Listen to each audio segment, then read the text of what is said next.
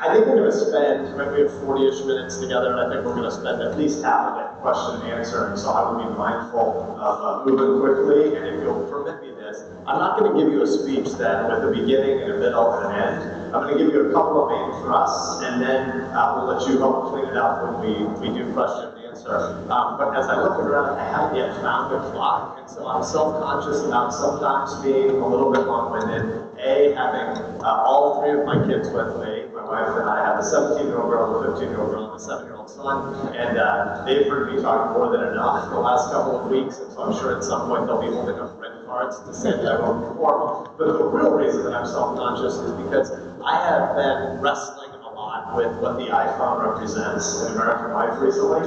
There are all sorts of things that the supercomputer in your pocket does that represent some of the most interesting opportunities of our time. We all have supercomputers in our pocket.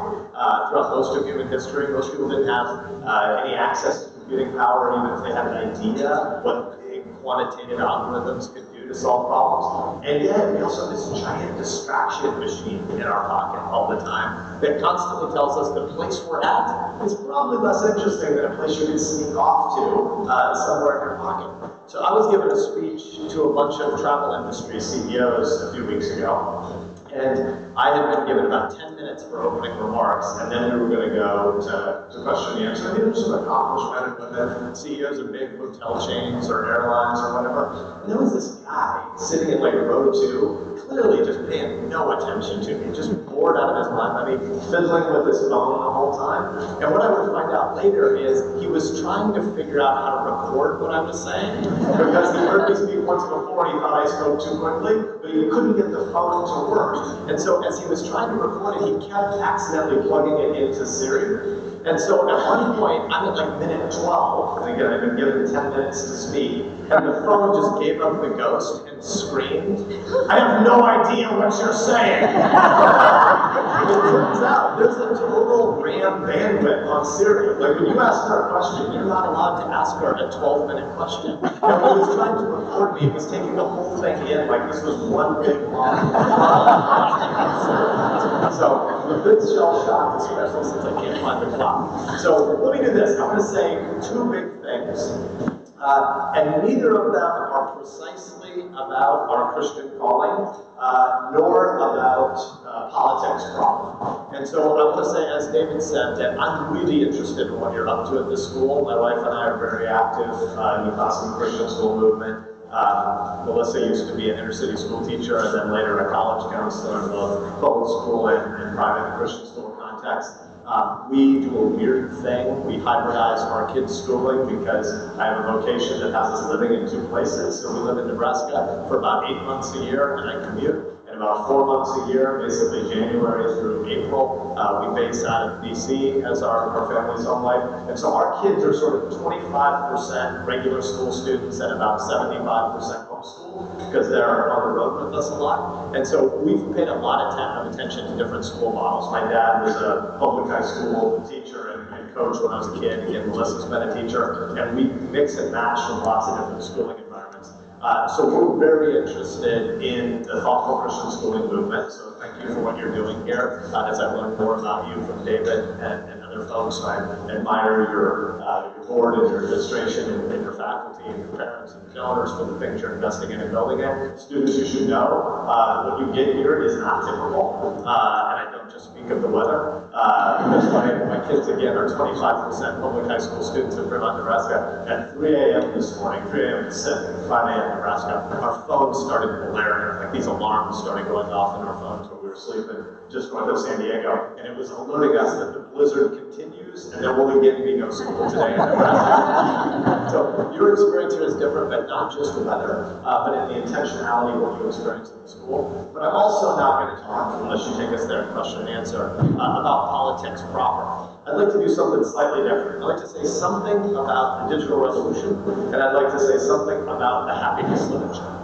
The digital revolution is something that we're going through right now that is so pervasive in our lives that we tend to not be very good at seeing it. There's the old adage attributed to lots of people, C.S. Lewis among them, that I don't know who you properly really attribute it to, but there's the line that a fish can't explain what water is like because he's he's never not been in water. If your whole life is in water and you're a fish, you know the difference between seaboard life and land life. You're a sea creature and that's all you know. And because we live in a moment that is so saturated by the digital revolution, I don't think we're actually very good at understanding how massively disruptive the moment through which we're living is. And I want to say, I'm a historian by background, and usually a historian's job is to be boring. Usually a historian's job is to listen to people talk at a party and wait for them to say unique or unprecedented. And then we get to push the buzzer and say, no, actually, far more continuity than discontinuity in our moment. You just think this is an inflection moment in human history because you're a narcissist and you're human.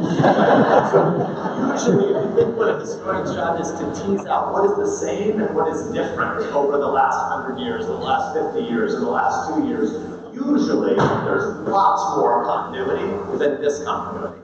In the moment in which we live, though, I think there's a massive amount of discontinuity, so much so that we tend not to recognize what we're living through. So I want to say something about economic history.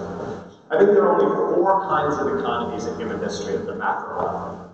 There are nomads, hunter-gatherers, from human history past until about 10,000 years ago. And then there are agrarians from about 10,000 years ago until about 150 years ago. And I live in some of the most productive farmland on earth. Nebraska is, besides being known as a corn state, we're mostly known for good as football. But besides having lots of corn, we're the largest cattle state in the Union as well. So obviously agriculture exists today. But agriculture as we know it isn't really anything like agriculture from 10,000 years ago until 150 years ago. Agriculture today is a high-tech business.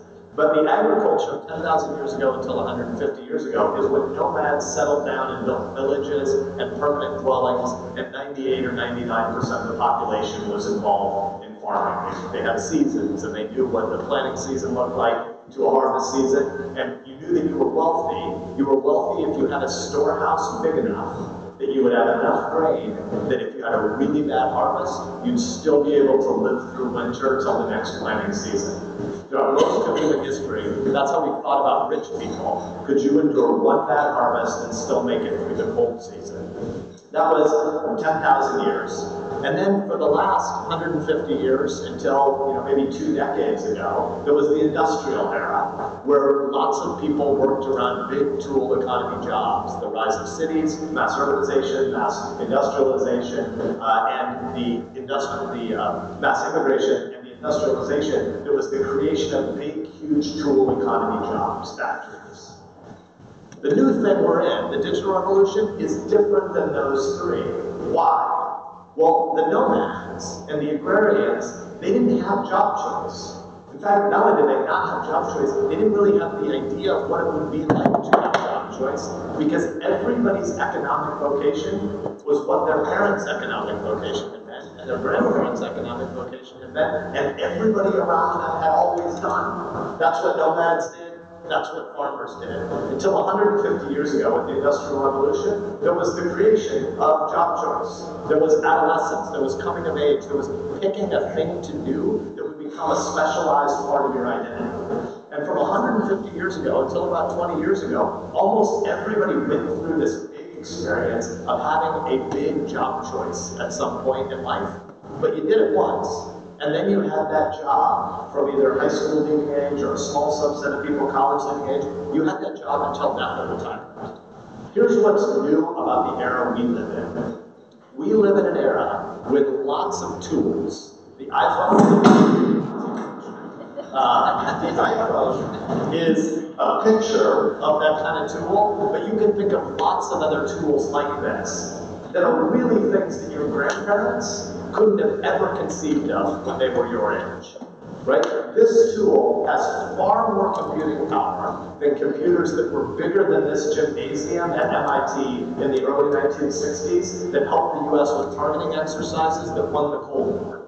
This thing, less computing power than a computer that was bigger than this room 55 years ago that won the Cold War. and we all have them, and we might have multiples of them, and we're headed toward a world where almost everything is going to have digital and computing power and technology in them. Every physical artifact we're going to create has something like this. And what that really means is our brains are creating tools that are going to disintermediate and disrupt our jobs. You all who are today in this room, 14, 16, 18 years old, whatever you think you want to be when you grow up, that sort of nounness we put around our vocations, be, as if being is defined by your one economic vocation. That's the wrong way to think about it. Your mom and your dad, your guidance counselors, your teachers, they all mean well when they say, what do you want to be when you grow up? What you really mean is, what do you want to do for the first few years when you're no longer a full-time student? Because that doingness, that verb, is going to change. And that's great and fascinating and scary as heck, because nobody before you in human history has ever sat as a 14 or a 16 or an 18-year-old and looked forward to the moment when you might be 35 or 40 or 45 or 50 and said, well, whatever I think I want to do will almost surely be gobbled up by computers 10 or 15 or 20 years from now. A good friend of mine is the new president of the University of Texas, and he says that one of the things their Board of Regents deliberates about is the idea that one of the purposes of the University of Texas is to train their graduates for their third job post-graduation, and for the vast majority of them, that third job is in an industry that doesn't yet exist. You're headed toward a world where you're going to be disrupted because of how fast tools are going to eat up the jobs that aren't yet created, but they'll be eaten up again, that you're going to have to become lifelong learners. Guess what? That's really fascinating. There's a lot about that that's great. There's a lot about that that's really scary, because there's never been a civilization in human history that solved that problem. Nobody ever has said, let's take the median American, the median in terms of intellect or effort or energy or social capital or familial stability and background. Let's take the median person and say they have to be prepared to go through a new form of adolescence when they're 40, and again when they're 50, and again when they're 60. That's where we're headed. I want to be clear. I think the potential of that for people who are excited about God's world, excited about continuing to grow and learn as our brains are capable of doing, excited about living a life of gratitude to God by finding new ways to serve a neighbor, I think that world's really intoxicatingly interesting. It's also a world that's incredibly daunting. There is a reason why opioids are killing more Americans than car wrecks now. We live at a time where the life expectancy in America has fallen 3 years in a row. That's never happened before. Probably it happened during the Civil War. We didn't have any good data. We've had good mortality data since the 1920s or 30s. In 2016, in 2017, and in 2018, life expectancy in the U.S. declined 3 consecutive years. Why? We've had 80 years of data where until 5 years ago, every year, if you had a table, put down the x-axis, down the y-axis, it would be put all the years and have 2 columns of male and female. What was the number 1 killer? Car wreck. The last 5 years, the number 1 killers in America are deaths of despair. Suicides, accidental overdoses, intentional overdoses. The deaths in America right now are becoming overwhelmingly deaths of despair, because people are feeling this great angst about whether or not they have meaning. Well, one of the reasons you wonder if you have meaning is you wonder if you have a calling. Well, it turns out if you wrapped up lots of your identity in the specific job that you do, and that job ceases to exist, you wonder if you have any worth. And so the second thing I want to say, and then I'm going to pull up, is I want to say something about happiness. As Christians, we believe, depending what tradition you come out of, there are lots of ways that in my tradition, I come out of Reformed Presbyterianism, the Reformation tradition, where we talk a lot about guilt, grace, and gratitude. The law levels me. It tells me all the ways that I've fallen short of God's holy right, His righteousness, and His holy requirements on us. The gospel is saying that Jesus did all those things on my account.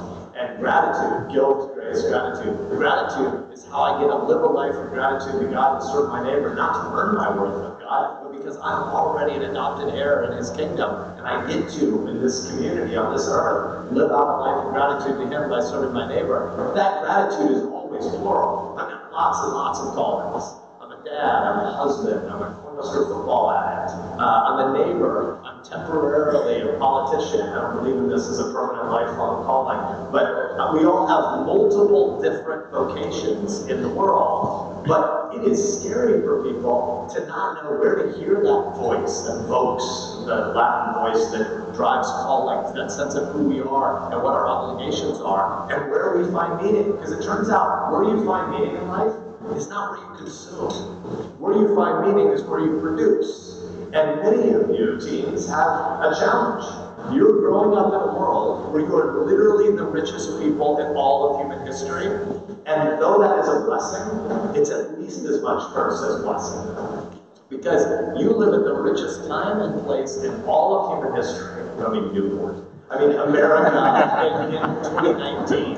And America in 2019 is a place so overflowing with bounty that most of you, your parents don't actually need you in any kind of economic sense. And it turns out the highest core, they need you, but we need you emotionally, we need you because we believe in things theologically. But we don't need you as if you're contributing economic value to our households. That's new in human history. Kids always used to be huge additives to a household, not primarily consumers in a household. And so you're growing up in a world where what you know how to do is consume, and there's no natural way that you learn how to produce. And so in our time, what we find is that lots and lots of our neighbors who don't have any theological framework for how to think about this problem, and maybe don't have a lot of social capital or familial stability, they haven't been introduced to a world where they know that their worth is related to the dignity that they get from God by nature, the way He's created us Imago Dei, and then the degree to which we've been given callings to serve, even though we may not often have a lot of economic necessity that we just experience in the order of things, in the ways that your great-grandparents and great-great-grandparents would. And so there is a sociological literature now emerging about happiness. And it's pretty darn interesting, because it turns out, when you ask people, what determines whether or not you're happy? Build a formula, write an equation. Most people immediately think of two things that are not at all true. The first is, happiness must be really complicated. There are probably 80 or 180 or 380 variables that determine happiness. Actually, there are 4. And number 2, most people assume that happiness is highly correlated with having a lot of stuff or a lot of money.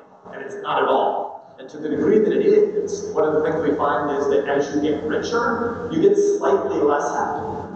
Most people have this experience of they yearn for material stuff, and when they get that stuff, what really happens is the denominator of baseline expectations for your life goes up. But when you meet those expectations, you're not happier. That's just the new normal. You've all had this experience, right? You get a new computer, and it's faster than the computer you used to have. There wasn't anything really wrong with your old computer, but now that you have a faster one, when you visit your sister's house at Christmas, and you have to use their computer, and it's the kind you used to have, it seems interminably slow.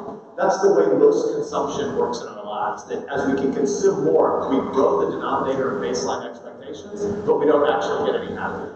Here are the 4 things that determine whether or not you're happy. Again, I'm not making a theological argument here, I could, but I'm making merely a sociological argument. There are 4 things that determine whether or not people are happy.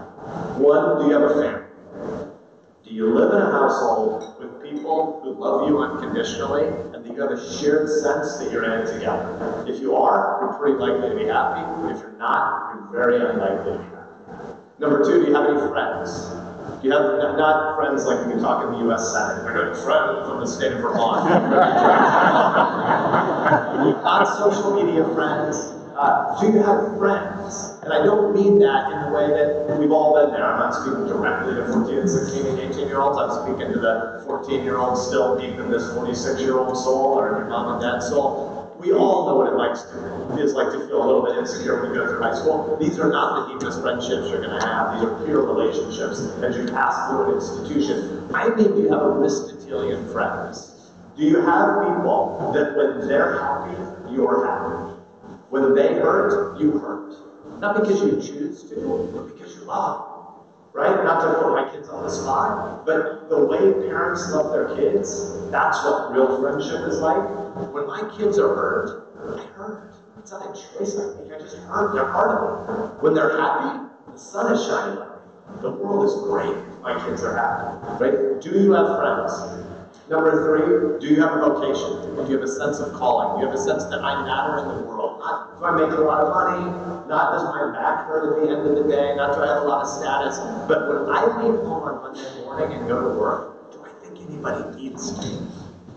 If you think that you're needed, if you think somebody benefits from the work that you do, you're going to be happy. If you don't think that you're needed, you just consume all the time. We know what this looks like. Lottery winners are statistically the least happy people on earth. They have massive amounts of resources, but they didn't really do anything to produce it, and now they have no necessity and need in their life. They can just consume all the time. Consumption is a means to the end of getting back to producing. Recreation was the old Puritan term for this. We didn't think about consumption, we thought about recreation, to be recreated so you could go back and serve your neighbor again. So do you have vocation? And number 4, do you have a theological framework to make sense of death and suffering?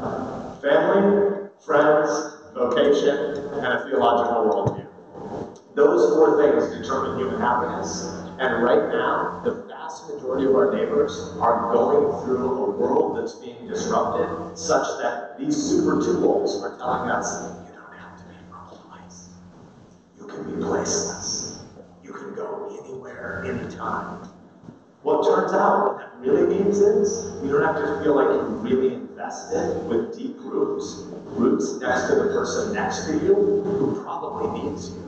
There's probably a widow 3 doors down from you who's really lonely today, and if you have a sense of duty to go and visit them, it turns out her need becomes fulfillment for you, because God made us to be hands and feet that live lives of gratitude and love in our neighbor. And right now, technology and the revolution, and the digital revolution we're living through, is going to create more economic bounty than the world has ever known. But it's doing it in a way that makes it less and less clear whether or not we, the workers, are really needed. I'm here to say, we, the workers, are really needed, but it's an interesting world to figure out exactly how. And I'm happy to go there more in question and answer if you want to, and I'll turn it over to David to figure out what I might get into.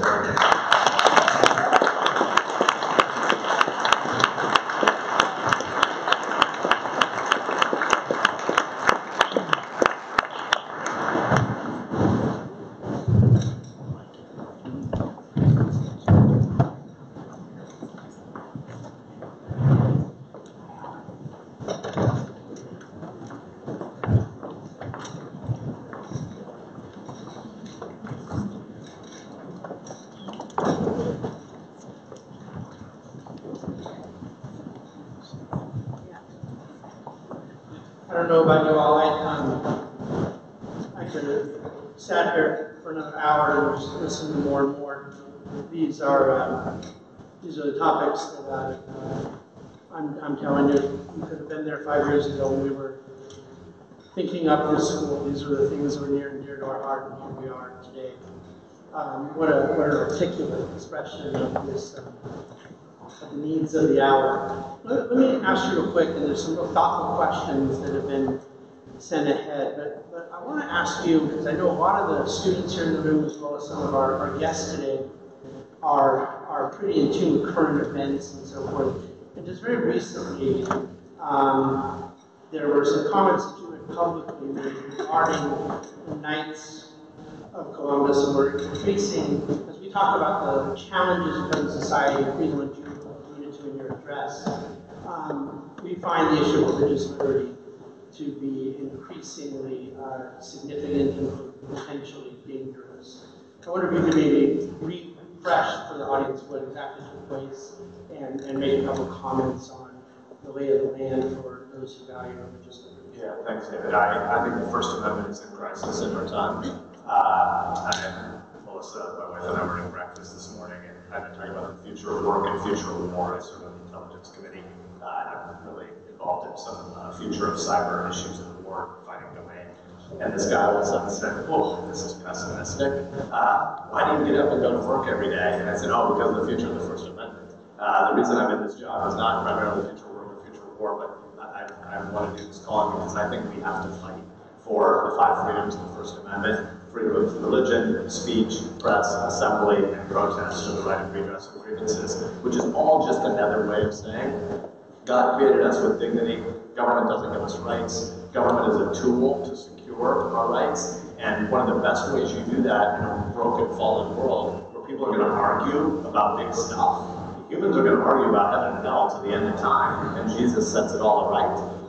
And as we argue about that, I don't want governments trying to solve that problem. I want the government to maintain a peaceful framework for ordered liberty, so this school can outcompete your neighbors, invite people to join this. And so around our dinner tables, we can love our neighbor, so that we can invite people to our churches. I want persuasion to carry the day in matters of the mind and the soul, not physical force and bodily power. And I worry, and I'll now say what David's referring to at the Knights of Columbus, I worry that there is in our time a really aggressive progressivism that has so little humility about principled pluralism that it's willing to annex itself to the state under the certainty that their 51% majority can always win every battle. I think they might be wrong about being 51%, but whether they're right or they're wrong, I don't want these matters settled by force. And so your junior senator, Senator Harris, and Mazie Hirono, who's the senior senator from Hawaii, they both serve with me on the Judiciary Committee. And President Trump has nominated a Nebraskan, on my recommendation, to serve on the U.S. District Court. So the federal court system has district courts, appellate or circuit courts, and the Supreme Court. And usually you wouldn't get a lot of fanfare around a district court nominee, but this guy, Brian Bishop from my state, he's about my age, he's very active in the Knights of Columbus. That's not a headline-worthy thing. The Knights of Columbus is the largest Catholic fraternal organization in the world. They do hundreds of millions of dollars of charity every year. Over the course of their history, they've done hundreds of millions of hours of community service for special needs kids. But A, it's an all-male organization. B, it's Catholic. And C, it's taken traditional positions on a lot of traditional sexuality matters. And Senator Harris and Hirono have decided to start attacking Brian Fisher because he's a member of the Knights of Columbus. Pretty breathtaking thing. And then Mazie Hirono, the senator from Hawaii, actually sent him a letter asking if he would resign from the Knights of Columbus, if he would promise to resign from the Knights of Columbus if he's confirmed to the federal bench, so as to avoid the appearance of bias. This is a straight unconstitutional test. Article 6 of the U.S. Constitution prohibits religious tests of faith. And Mazie Hirono is asking him to resign from the Catholic lay organization if he wants to be on the federal bench. So I've been leading a Senate floor fight about this, and I hope it becomes instructive for the next Supreme Court vacancy, because I believe there are a number of, I'm not here to make party-based comments, Republican versus Democrat, so not partisan in that sense, but I think there is an ideological movement that hopes when there's another vacancy on the Supreme Court, if the president nominates a good constitutionalist, I think there are a bunch of progressive groups that are hoping that person will be a Catholic, and they're going to try to pretend that you can demonize them because they're a Catholic and you can attribute a bunch of Catholic positions to this person. We did this fight 59 years ago in the United States, and John F. Kennedy was elected president, and we decided to reject this kind of religious text. And for those who want to see a bit more, you just simply go to Google and YouTube. The clip is quite viral and really an outstanding demonstration of a lot of what you just said, and you would find there. A really interesting question here from a student I want to ask you, and again, it actually is really not contextualized politically. It just happens to be a sort of up-and-coming political figure who made the comment, work in Texas, but we did recently make a comment that I think topically would be interesting to get your take on, and that was that questioning if our country could still be managed by the same principles that were set down 230 plus years ago, presumably making reference to what may be some obsolete elements of the United States Constitution. There seems to be some prima facie acceptability to that comment. Maybe you can interact with that a little bit. Yeah, so I don't know Ben O'Rourke, so I have only seen clips of this interview. My suspicion is this is related to the movement on the left to start attacking in their view, the constitutionality of the Senate, given one man, one vote. And the Senate obviously has disproportionate representation. The people in my state have a much larger share per U.S. senator than you all do. And so there is an argument that California is underrepresented, and Nebraska is overrepresented in the Senate. So first I just want to make an narrow comment about that, and I'd like to make a broader comment about David's larger point on the Constitution. First of all, the Senate is not supposed to represent people. The Senate is supposed to represent states, because in the American system of federalism, Our founders believed that the consolidation of power is a bad thing, and so they wanted to divide power both vertically and horizontally. First of all, that means that when there is power in Washington, D.C., when there are authorities that we the people decided to give as enumerated powers to the federal government in Washington, D.C., we want to distinguish between legislative, executive, and judicial functions. We don't want any one person to have lots of power. But secondarily, or maybe primarily, we distinguish between the level of government. The vast majority of interesting things that are going to happen in American life happen by persuasion and voluntarism and entrepreneurship and love in the private sector. And of the subset of things, the minority of things that should happen by power, we want most power to start with the people as close as possible to home. Washington, D.C. is never going to handle zoning well in Newport. Right? You can debate whether you think Newport handles it well or not. You have people that you can go and you can argue with. Washington, D.C. is not going to do that well. And so we want state and locals to have power, locals to have power where possible, states where they must, and Washington only as a matter of last resort. So that's the first comment. But the much bigger point is that, of course, the Constitution isn't adequate to solve every document, which is why our founders envisioned two different ways that it can be amended. You can amend it by two different processes that lead to constitutional amendments. But the main spirit and thrust of the Constitution is this. We don't think power is first. We think freedom is first. And so we believe in limited government because we believe in the limitless rights of the people. We don't think, as many Europeans in the medieval period had conceived of it, that if you had a picture on the wall of an island surrounded by an ocean, and you brought in school kids, you brought in fifth graders, and you said, label the government and label the rights of the people. We don't think that the island are the rights and the government is the ocean. We think the island is the government and the ocean is the rights of the people. The government has enumerated powers, and anything not named is a right retained by the people. Most people throughout human history have thought the opposite, which is that the king has all power, and if you want to start a church, if you want to start a new sailing company, if you want to design a new app, if you want to build a mousetrap, you go and you supplicate before the government and you see if they'll give you a charter. If it gives you a charter, then you have the right to start the company. But otherwise, the passive assumption is prohibition. Our founders believe exactly the opposite. The people are first, rights are first, we the people come together, and we give the government enumerated powers. And what Beto O'Rourke seems to be saying is, we the progressives, who can seize the levels of government, we know best, and the public should have to come and supplicate before us for those rights. Our constitutional system says the opposite, and it's not in any way or day outvoted. Excellent.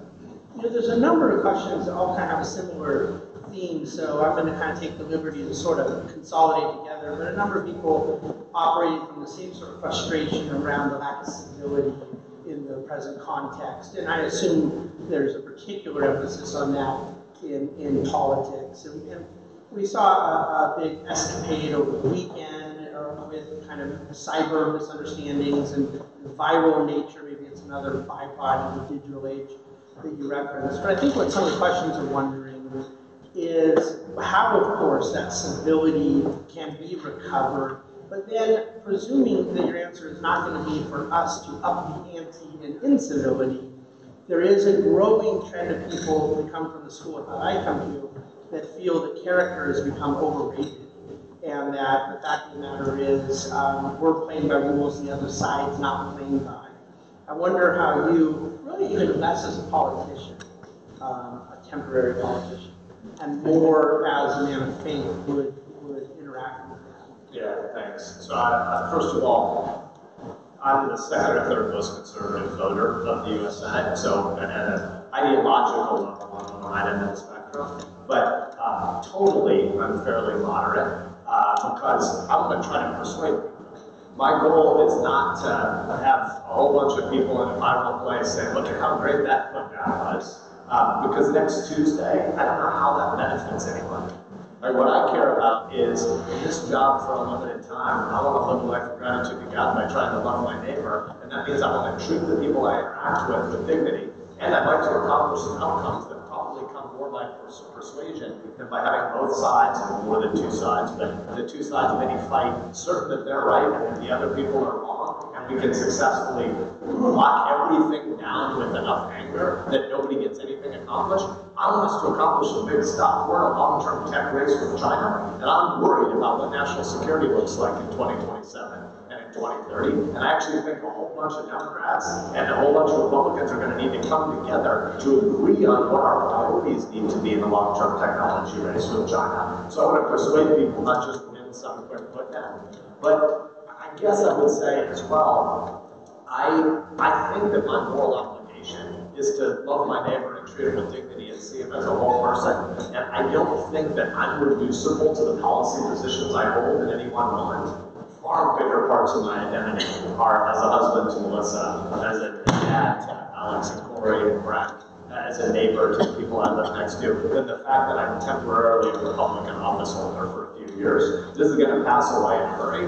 And I'd like to still be able to invite people that I argue with about a policy debate over to dinner and try to persuade them what I believe about Jesus is far more important than what I believe in this policy fight, even though I care about this policy fight. And so when I hear the word civility, I get a little bit nervous because it usually sounds to me like mushy middle, like just compromise on all your principles. Well, I actually believe market-oriented, decentral stuff is more effective than centralized state planning. So I don't believe in a mushy middle in politics. I'm an ideological conservative. But I don't believe in talking to my opponents in a debate as if all that they are is their position on the minimum wage. I think the $15 minimum wage is a dumb idea because I think it's ineffective, but I think the people that hold it mean well. It's really hard to figure out how you support a family on $9 an hour. Well, it's useful for me to then take the next step and tell them, you know that 89% of the people making the minimum wage in America are not supporting a family. They're a high school kid, or they're an aunt that lives with somebody else's household, and if you raise the minimum wage from $9 to $15, what I think data has shown is that you're just going to speed automation in those industries that are currently paying $9, and you're going to eliminate all of those jobs. I think it's a bad idea, but I don't think you're a bad person. You have a different policy priority on this issue. I think you're confused, but I'd like to try to debate it. Well, and I think that segues nicely into a couple other questions thinking about. I've had this running thesis for a while now. The young people do not love socialism as much as we're being told they do, but they do hate free markets as much as we're being told. I think that largely comes from the fact that free markets have been defended by conservatives the wrong way for a very long time. And you alluded in your comments earlier to the theology of the dignity of the human, and this is a concept that we've embraced here